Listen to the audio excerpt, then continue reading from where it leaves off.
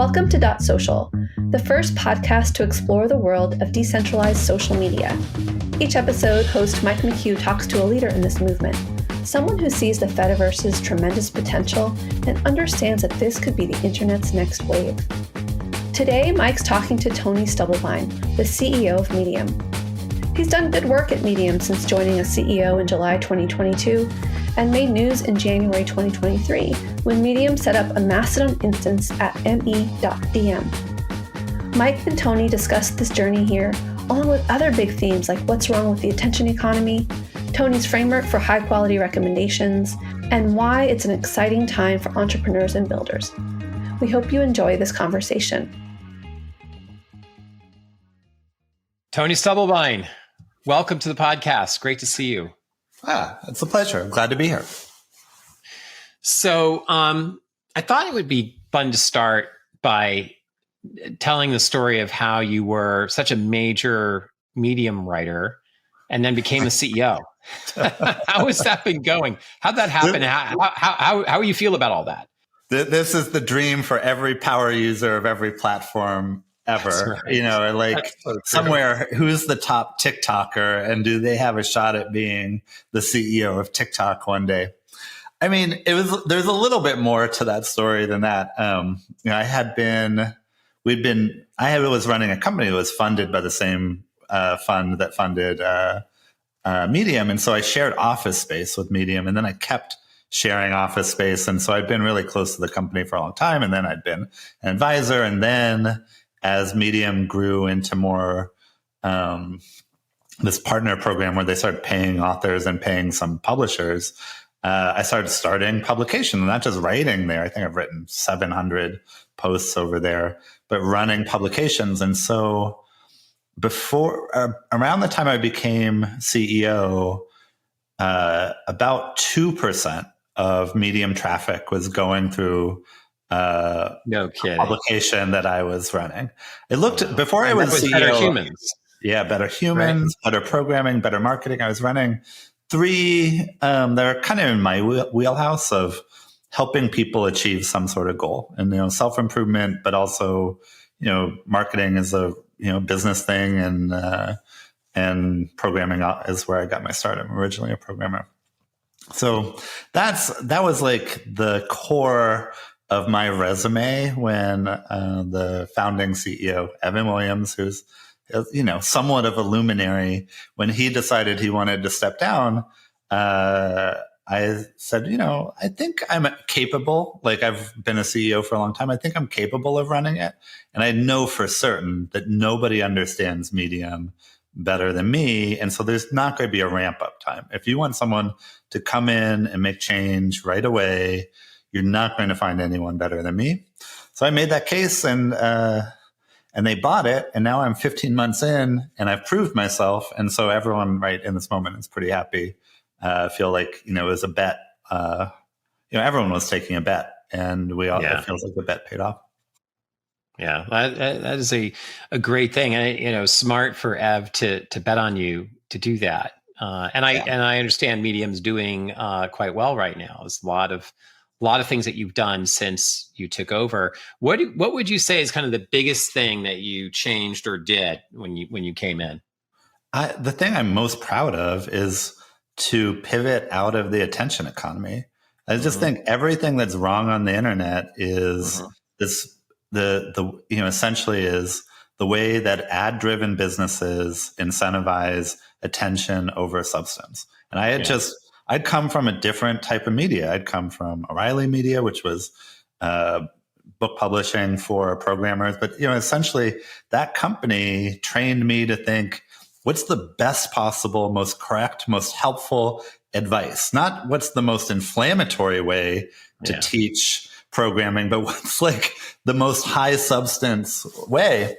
And then I was publishing, in self-improvement, and not just publishing, but then I was working with the readers themselves. So the thing I cared about was the thing they read interesting. It's, well, how did their life change after they read it? And I just, that part of the internet feels like it got obscured by clickbait, content mills, just everyone writing for the machines instead of really writing for what I think, the purpose of not just writing, all communication is to transform someone else's life for the better. So we had a very attention-focused recommendation system when I got here, and took all year, but we replaced it with recommendations that have a lot more expert signal inside of them. And I'm happy to do that. I like the outcome. Also turns out to have been a great business decision, because we were seeing, when we were doing pure recommendations, like attention-driven recommendations, we were seeing like reads per user go up, but we were seeing retention come down. Mm-hmm. And when we flipped it, sometimes reading activity comes down because it's like, the highest substance author is not the best, doesn't write the best titles, Mm-hmm. Right. But if you do click and you read it, you're pretty satisfied. And so what I go around telling people now is there's a huge difference between what someone is willing to read and what someone is happy to have paid to read. And because we're a subscription business, we have to be optimizing for that latter.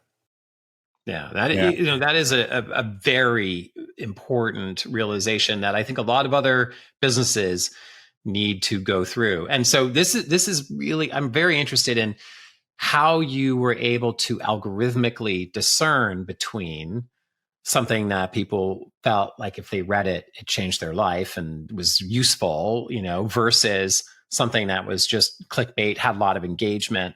How were you able to tell the difference? Was it human curation that made the difference? Did you change something in the algorithm? Human curation. This is like culturally, the internet made this weird switch of this like anti-gatekeeper switch. Mm-hmm. And we forgot what a service it is to have someone smart picking things for you to read. Like, when you went to college, your syllabus was picked for you by a professor. You don't know anything about the subject. Right. And then you got like a freaking master picking what you should read. That's a real service. And so I'd read this Neil Stephenson book right before I joined, this book Fall, which I don't think was like his most popular book, but it had this idea of a future internet where everyone subscribed to essentially a curation service. And rich people all had a dedicated person. And so that they got the sanest stuff. But then poor people, all they could afford was an algorithm that was focused on optimizing a dopamine reaction. And so they became crazies. And you can 100% understand this is a book that was written during the Trump era. And, but that's essentially, I was reading that and I was thinking, I agree with this. I would love, essentially a research librarian for myself. Right. And there's some people that I think you want no gatekeepers at all. And they forget that then you end up with an algorithm as the gatekeeper, and the algorithm is just not optimizing for any sort of subject matter expertise. And so we still use an algorithm, but we think of it, it's only doing matchmaking. Mm-hmm. It's not doing anything regarding whether or not this is good or not. We put that into the hands of curators. Elaborate on what you mean by matchmaking. So is that matching based on here's something we know is good, and then here's an algorithm that determines something matches an interest that someone has? If someone writes a great article about the Hudson Valley, which is where I am today, which might be where you are today, beautiful place. Mm-hmm. The algorithm can know you and I care about the Hudson Valley and make that match for us. Meanwhile, someone in Ohio who's not necessarily traveling here, they don't need to see that, right? And this comes up for all sorts of topics, right? I care about some of the arts, but I'm not all of them. I care about some types of music, but not all types of music. I care about basketball, but I don't care about baseball. And so I care about startups, but I don't care about corporate stuff. So it's like management advice for startups. Yeah, I'll read that. Management advice for Fortune 500. So keep it away from me, please. Right. So those are where you use algorithms, right? Because you can scale that matchmaking. Yeah. But those algorithms, as the famous saying is, garbage in, garbage out, right? So if you have bad content going into those algorithms, you're just matchmaking people with bad content. Exactly. So sounds like what you're doing is you have people who are making judgment calls on what is good content. Yeah. And then you're using algorithms to match people up with that good content.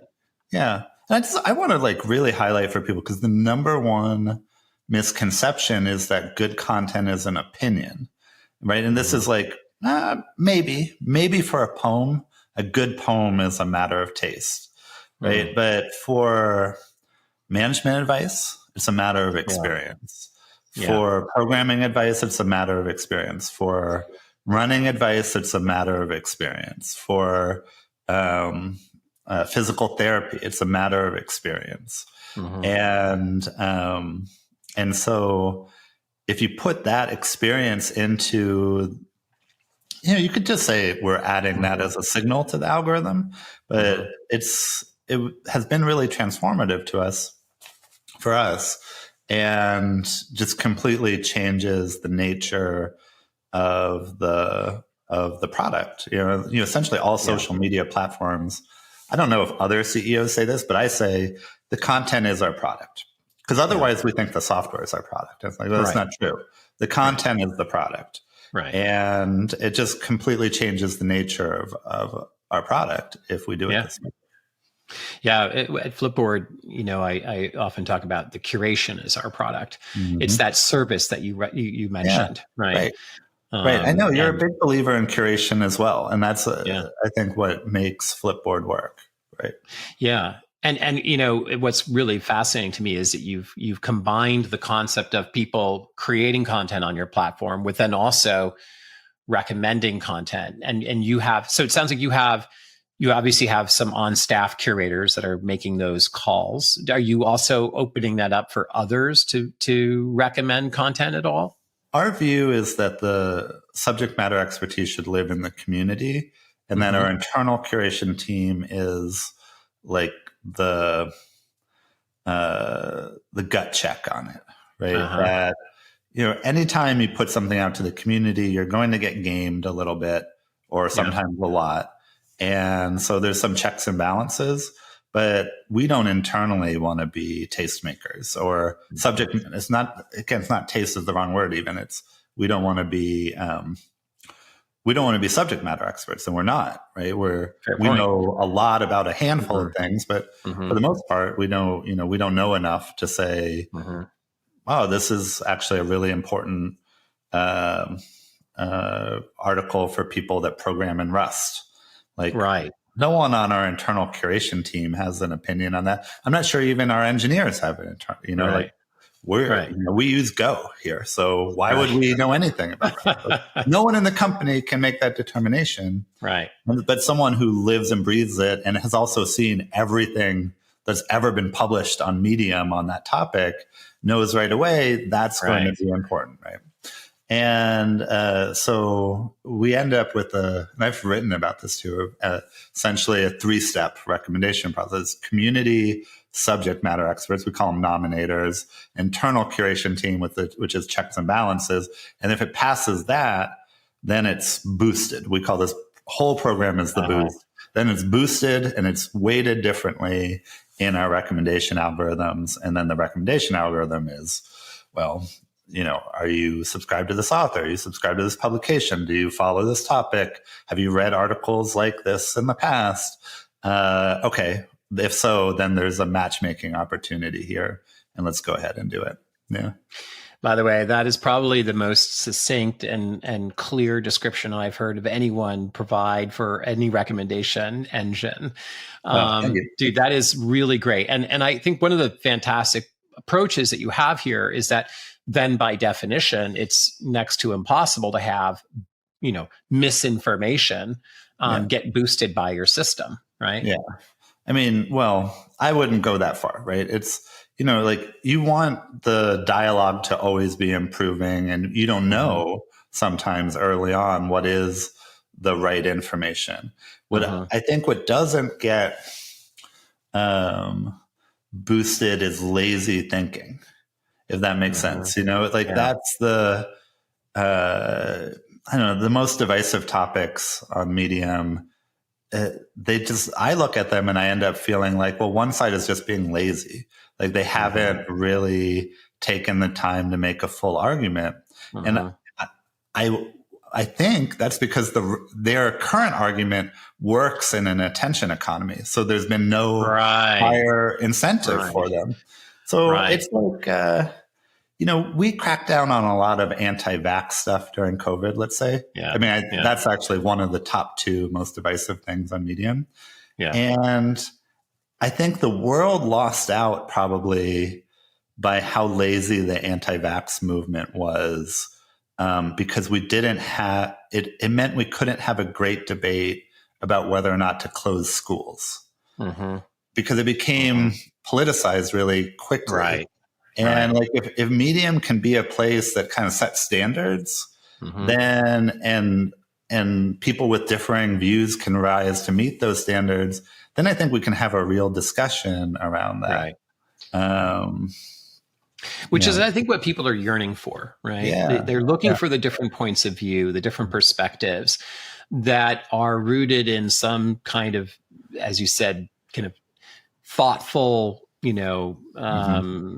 intentional, writing, and then I think that lends then the feel to Medium feels very high quality. It feels very knowledgeable. It's not where you go for like quick hits. You go to like really advance and deepen your knowledge in some area that you're interested in. Yeah, it's in our mission to deepen people's understanding of the world, and that's why we chose to be a subscription, because when we fulfill that, people feel good about having paid us money, and we don't have to keep their attention all day, every day. There's a word we started using more because, sometimes it feels very like competitive, right? And it's like, no, we just think we're complementary to the rest of the internet. That it's not that. I mean, I guess at some level, I think a lot of the internet is broken and I don't like it, but I don't need you to think that, right? I just like there's something that's missing from what the rest of the internet is giving, and we want to complement that, give people something different. So Medium can be a place that's optimized for substance. Great. I still use TikTok all the time, and I'm not using it for substance. I'm using it so it cracks me up, right? Like those are completely different needs, right? Right. So, early this year, you launched your instance on Mastodon. Yeah. And you talked a little bit about short form versus long form writing. You talked about the importance of the community. You talked about the value system Mastodon has as all being reasons why you did that. So I'd love to hear a little bit more about like your rationale for doing that and how that has played out over the last several months, almost a year now. Yeah. I love being on Mastodon because I love the people. And I think a lot of the thinking was just mission based to advance our goals. And some of it too is to be present as something new is being birthed. And that's how I got this job on Medium, right? Right. And it's not instant, right? I just stayed present on Medium for 10 years until they made me CEO. And so, that can't happen in the Fediverse. That's the cool thing about it. Right. That's the cool thing. This is why you and I talk offline, is I think there's a real future to the Fediverse. And it might not be instant, but there's this vibe of like, are we at the end of platform monopolies? And the way I've started to look at it is, it's not that Twitter will go out of business, but the usage of Twitter is getting fragmented. And so I think the press has this wrong even. They're like, who's going to replace Twitter? 10 people. Right. might replace Twitter, and Twitter might be the biggest of the 10, or X, right? It doesn't matter. It's like something is interesting is happening, and I'm not following it as a horse race. I'm following it as, well, one of the really interesting fragments is happening on Mastodon in the Fediverse, and I don't know where it's going to go, but I know it fits, our value system, and so we want to be present. And so I think, it's tempting to judge like whether or not our entry has been successful yet. And I don't even think of it that way. I think probably a lot of our user base is waiting for a winner to be announced. And that might never happen. Right. That's that lazy thinking again. I think back to the days of AOL when that was the only way that people were online. Yeah. And it's not like one thing replaced AOL. Hundreds of thousands of websites replaced AOL, right? So you could say the internet replaced AOL. Yeah. But, it was hundreds of thousands of websites that sprung up. And I think that's probably what we'll see play out in the Fediverse. Right. And I'd say like some of the Twitter use case moved to Discord and to Reddit. And some will end up on Threads, which is either or is not maybe part of the Fediverse. We'll see. Yeah. I mean, I heard definitely it's coming, but who knows? Yeah. I've heard the same. Blue Sky, all like great. And then some people will stay on Twitter itself. Also great, right? And maybe we weren't meant for one global town square. Maybe a lot of people would rather be in a smaller, semi-public square. That all it could be a really interesting adjustment. The one thing, like to go back to our values, is we just think there's something inherently healthy about writing, and that Medium makes a business out of the pinnacle of writing, like a person sharing something deeply personal, either about their profession or their life. And you wouldn't be able to get that kind of that human story and the human wisdom from that human story anywhere else. But those things don't spring up fully formed, right? Like that, the muscle of writing, having ideas, thinking them through. And so short form, like how many great blog posts started as a tweet, right? And how much of just writing regularly and thinking about what you're going to write creates a brain that's primed to write. I think it's all part of the writing ecosystem, is to always be writing. Writing. Yeah. And Mastodon is a way of doing that. It's a way of putting thoughts out there, having conversations. It's part of the writing process. Yeah. That's how I feel about it. That's a great way to think about it. And so when you look at your nominators, I think you called them, right?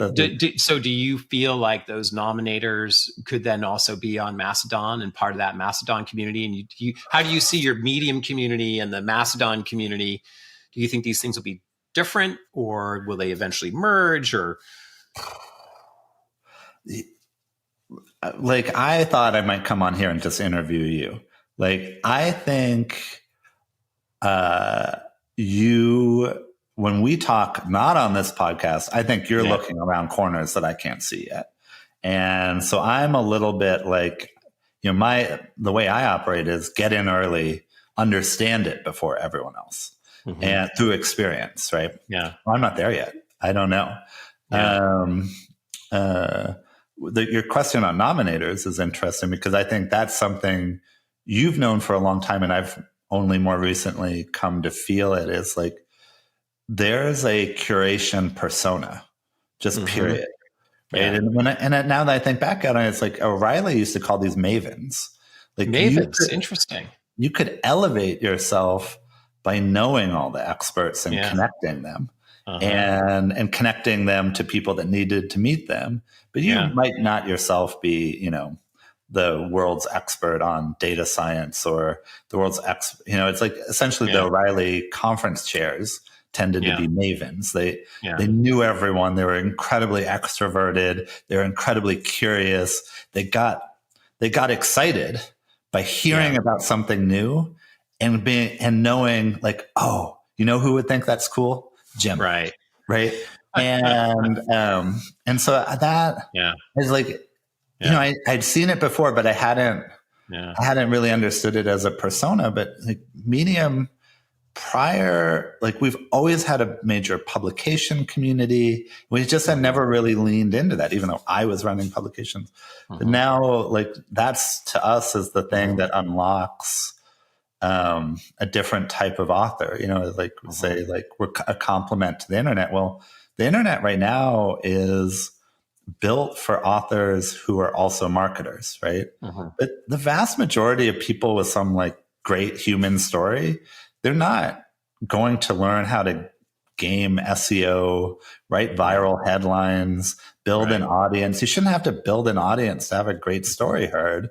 And so by having an ecosystem with curators inside of it, it means that anyone can show up and like a curator will spot you and give you an audience if it, you know, or help connect you to an audience. It doesn't mean every single person who shows up is going to be Malcolm Gladwell level fame, but like there's people who are actively looking on it. It's not a requirement that you be a marketer in order to have your voice heard. I think again, that's a way we can complement the rest of the internet. Well, it's so interesting too, because you know, when I'm at, how many things did you said you wrote on Medium? Like 700, did I hear you say? 700. Yeah. I wrote 2 in my entire career. And you know, it's incredibly time consuming for me to sit down and write. I have so much respect for something that's well written. And you know, 2 things I wrote, of course, I posted them on Medium and they live on to this day. I still get comments. And I posted them years ago. And, but what I also find that I can do, while it's very hard for me to take the time to write something, it is not hard for me to take the time to recommend something, right? And other entrepreneurs, other technology, you know, people that are coming up in their product career, I love being able to just say, this is a really good story to read, or this is a great video to watch, right? And I think that, like you said, you termed it as a service. I couldn't agree more. And in some cases, you know, even if I never wrote anything, right, I still have a career and I've been building, you know, I've been learning. And so if I see a piece of content, like you said, as a subject matter expert, being able to recommend it. And that's like the highest order bit, I think, for social media. It's like, it's the best calling. It's most sort of genuinely positive thing that it could do in the world. Yes. Right. And that's, I mean, such a great case. It's like, what algorithm is going to understand like the entrepreneurship and startup articles on Medium better than you would? There's just not possible. And it's also, you do this other thing, which is underrated, is when you share it, you tell a person why. Like you're saying, I heard you say this. I think you should read this because, right? And the algorithm doesn't have that context. Did you ever, there's this side project I used to love. It was from Jason Kotke, and it was something off the Twitter API in the old days. It's called stellar.io. And what it was a feed of tweets that people you follow had faved. And so you'd see the tweet along with who you knew had faved it. And so then you would always read that tweet in the context of, it's really good. And it probably matters for this reason, because you'd add in this extra context of the curator, essentially. And I was like, it's such a simple type of curation, and yet it adds so much extra meaning. You know, that's that kind of approach to thinking about how you would look at a social media feed, for example, is very interesting. I think you look at most people look at social media through 1 or 2 lenses. They have their following feed, which is a reverse cron, generally list of posts and then you have the For You feed, which is a, algorithmic concoction. It's a black box. of things we think you want to read, right? Yeah. And there's some amount of matchmaking going on there. There's a lot of, problems with the algorithms that are tuned, as you said, for engagement. And that's the only two ways that people look at social media today, which to me feels fundamentally broken, right? Like just the way you consume, and that means you're going to miss all sorts of important stuff. You're going to see stuff that's actually not good being recommended to you. Yep. And it feels like there's a whole other model for how, we should enable people to discover the things that people are recommending, right? This is what I love about the demise of Twitter and Facebook. And they don't have to go all the way to the grave, but it just, even Google right now, I feel like none of these are guaranteed to exist at the level of monopoly power that they've had. And so, it's like such an exciting time for entrepreneurs. Like I'm an entrepreneur at heart here, kind of working with an existing asset. But like anyone who's starting businesses, and who's looking at the Fediverse, like we get to rethink everything. Everything. Literally everything. What was that service you mentioned earlier? The favorite?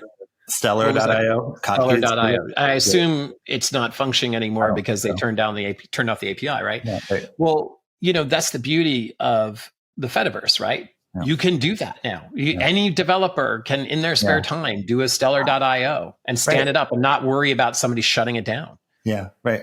Oh, that's right. That's exactly like, that would be such a great project. These things don't have to be businesses, or we have different, or they can, and we have different business models. It's like, all of Mastodon is funded via Patreon. It's Eugene just coding most of it himself with a few folks helping him, funded entirely through Patreon. Wow. I think also what's cool is that we're in like the third era, the third business model era of the internet. Is like everything had to be free, then everything was ad driven, which sort of didn't completely offend the everything needs to be free. And now we've seen the limits of this, right? Yeah. Like we're all like, I don't know, maybe I should pay for what I value, right? Or not all of us, but enough of us. And so, you just have different incentives when your user is also your direct customer. And so that, again, that goes back to now is the time when we get to rethink everything. And, one of the most profound differences here is that the web was a set of connections between web pages. And that's what made up the web, right? Yeah. But now what we have are people connected to web pages and people connected to people. It's a much more intricate web, right? This social web. Right. And it's still just as open as the web, right? Yeah. And so if you think about, okay, well, what does search look like in that world? What does content discovery and, what does content creation look like? How does curation work in that world?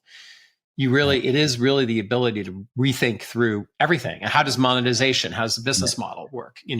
But all from an open model where there's no longer a middleman in between the connection between somebody who wrote a piece of content and somebody who created it, who is consuming it.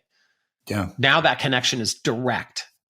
Right. And it's I think the internet is healthy when the kind of the platform dynamics or the dynamics change, because the dynamics get so thoroughly gamed. And maybe we need Google to die because we need like all the growth hackers to be put out of business and have to start from scratch. But it's just like, recipes on Google are like famously the worst result, right? It's just 100 paragraphs of make-believe story, but you just want before you get to the recipe itself, right? Well, why is that? It's because Google needs that for some reason, right? And the search results just get worse and worse because the SEO industry is so good and so mature. Yeah. And, you look at that and you think, well, we just need fewer web pages in the search results, right? And like, how are you going to filter that, right? Well, as you're getting at, like now we have networks of people connected to pages, connected to people. And, maybe I really only should be seeing a subset of the internet. I should be seeing on most occasions, I should be seeing the subset that you like and that my network likes. And might be a big improvement, right? Like some entrepreneurs investigate that. Yeah. Right.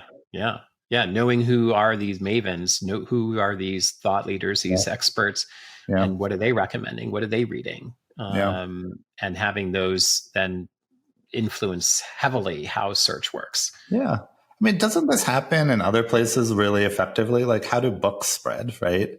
Like, not through all Google. Word of mouth, right? All word of mouth, right? Yeah. And you're right. You have the review that comes out, from a reviewer that you trust. You have word of mouth that spreads, and you're right. And this is, it's like there's so many ways in which, if you change the dynamics, like new opportunities come up. I was kind of arguing with someone who wrote like AI articles on Medium, and they were like really upset that their payments per month had dropped from like $150 to $75. And I was like, dude, why are you trying to game our payment system with mediocre content mill trash? Right. Like this is an emerging topic.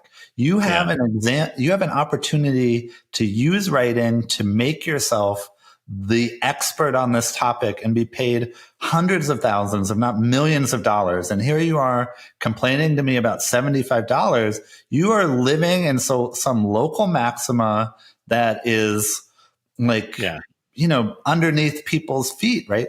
Like ankle level, right? Yeah. And so what I found myself saying to him is like, quit gaming us and write something that's going to impress someone important, which is like a very elitist thing to say. But there is that this like the current incentives encourage dumb writing. And if you have to go by word of mouth, then, that's a whole different ballgame, right? Like, what's something that's going to be so good that people will share it? And then, and that I imagine. Have you seen an influx of AI generated content, on Medium? Has that been a thing that you've been dealing with? Well, you're trying to get me angry here. It's the ultimate in lazy writing and lazy thinking, right? I saw a former VC post today. He'd taken a tweet that people seem to like, and he'd sent it to ChatGPT to turn it into a blog post, and he'd posted it. And I read this thing, and it was the coldest, dumbest, most generic explanation. And I was like, and I know this guy. I said, hey, I was kind of curious about your tweet, and I still don't think I understand, because there's this enormous amount of human story behind why you said that, and it's all missing from this generic ChatGPT explanation. Yeah. For the most part, this is the thing I'm saying about being angry, though.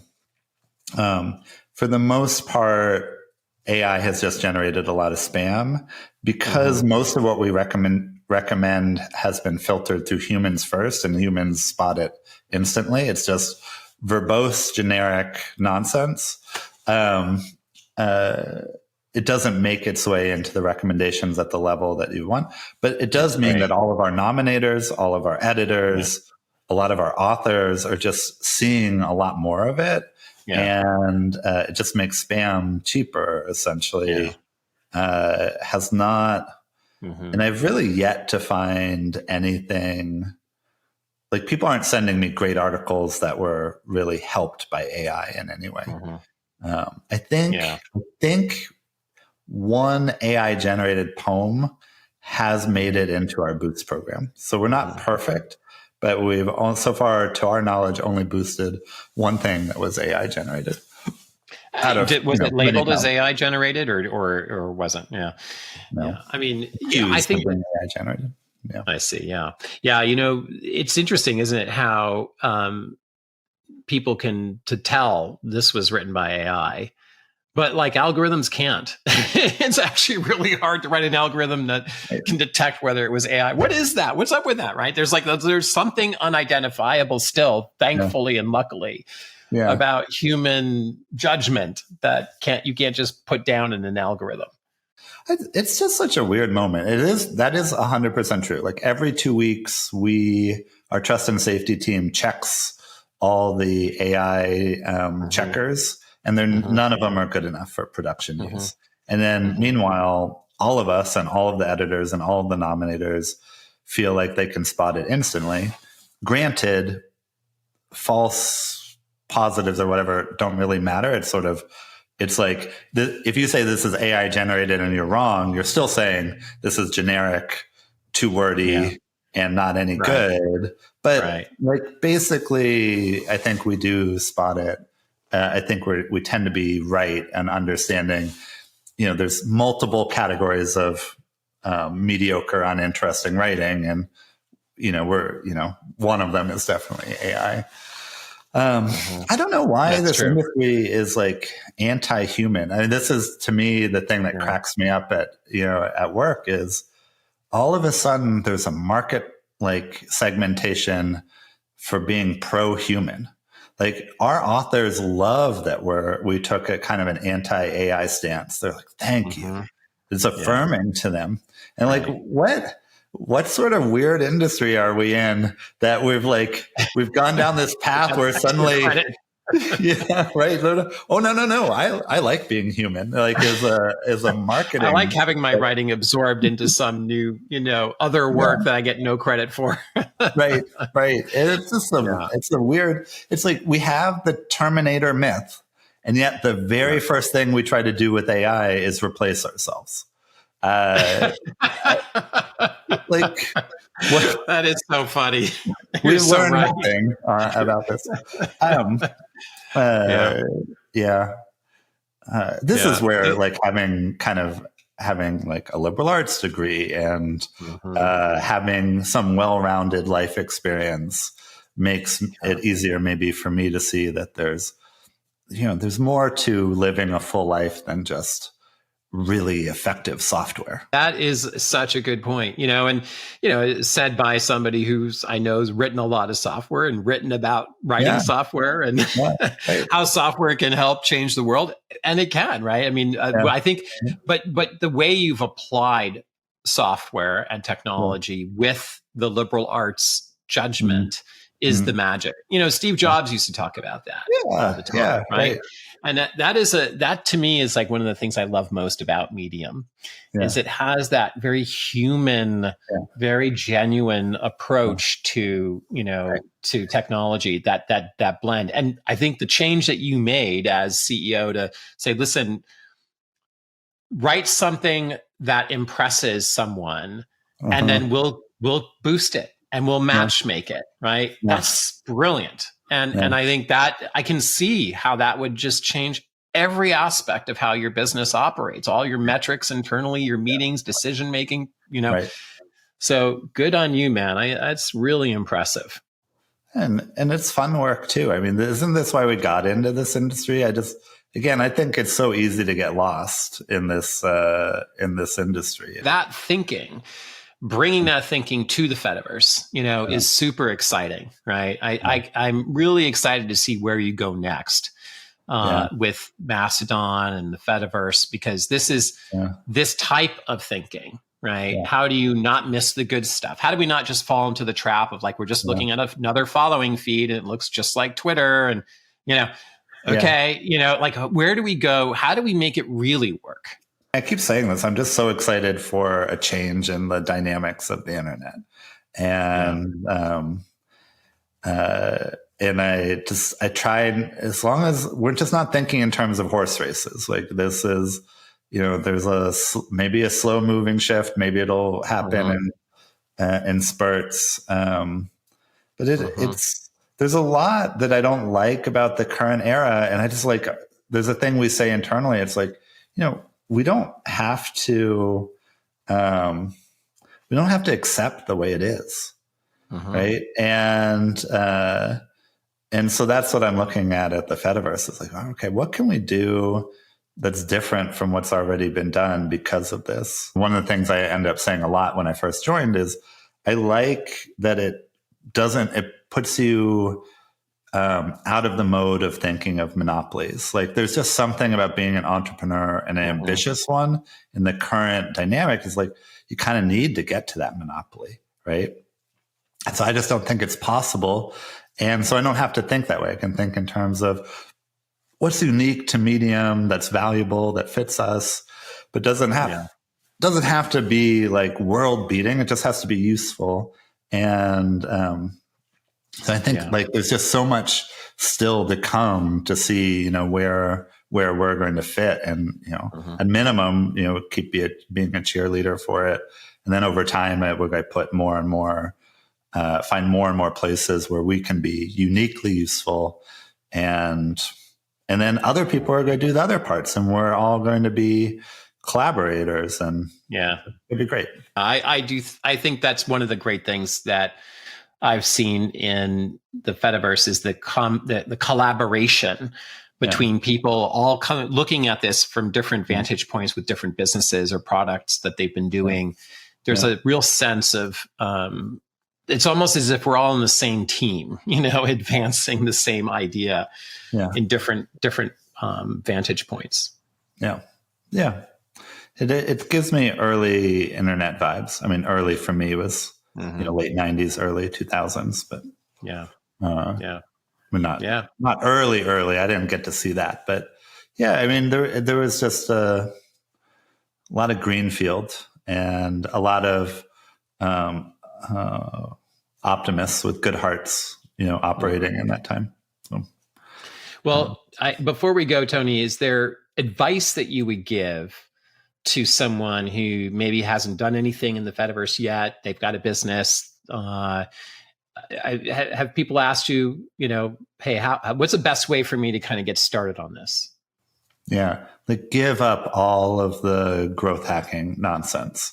Like the Fediverse is a place to go make real relationships. You know, and it maps to the advice you give to that writer, right? Something that someone's going to be impressed with. Yeah. Build something that someone in the Fediverse is going to find useful. Right. Yeah. I mean, I know we're trying to wrap up, but I'm just amazed by how little self-awareness there is around how the internet inspired people to cheat. You know, like I get growth hacking. I've growth hacked a ton of things, right? Yeah. But I always knew I was cheating the platform. Right. I never deluded myself on that. Right.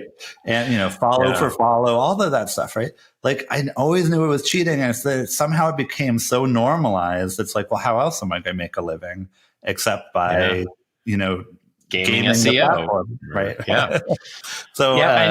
You know, that is a great point. And I think a lot of the, you know, the gaming mechanics, you know, SEO is kind of like, it's analogous to the engine that you had on Medium that you've now transformed. Yeah. Or the lack of the direct relationship between a person and a business. Like it was always owned by some middle person. And to reach that person, like even, let's say you're a brand, let's say you're a really great brand, like a camera. Sure, and you just want to have a genuine relationship with your camera customers or help people understand why they should buy your camera. You have to go through all these middlemen to ever reach that person. And then you really don't even know who that person is. It's not the same as someone walking into your store, forming a relationship with them, selling them on the merit of the product. Right. Right. And because of that, you end up gaming everything. And then you just have middlemen upon middlemen helping you game it all. Right. Yeah. And they come up with these crazy terms and these crazy ideas that you just can't even understand, right? And it's really that's so true. Yeah. Again, it's a really interesting time. I'm glad to be in it with you. Well, thanks so much for listening. You can follow Tony on Medium at coachtony.medium.com, and on Mastodon, he's at coachtony@me.dm. Big thank you to our editors, Rosanna Caban and Anne Lay. To learn more about what Flipboard's doing in the Fediverse, sign up via the link in this show's notes. You can also follow Mike McHugh on Mastodon at mike@flipboard.social. See you in the Fediverse!